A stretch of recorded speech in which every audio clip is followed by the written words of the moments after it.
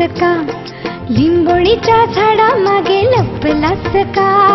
लिंबोणीचं झाड करवंदी, मामाचा वाडा चिरबंदी. चांदोबा चांदोबा भागलास का.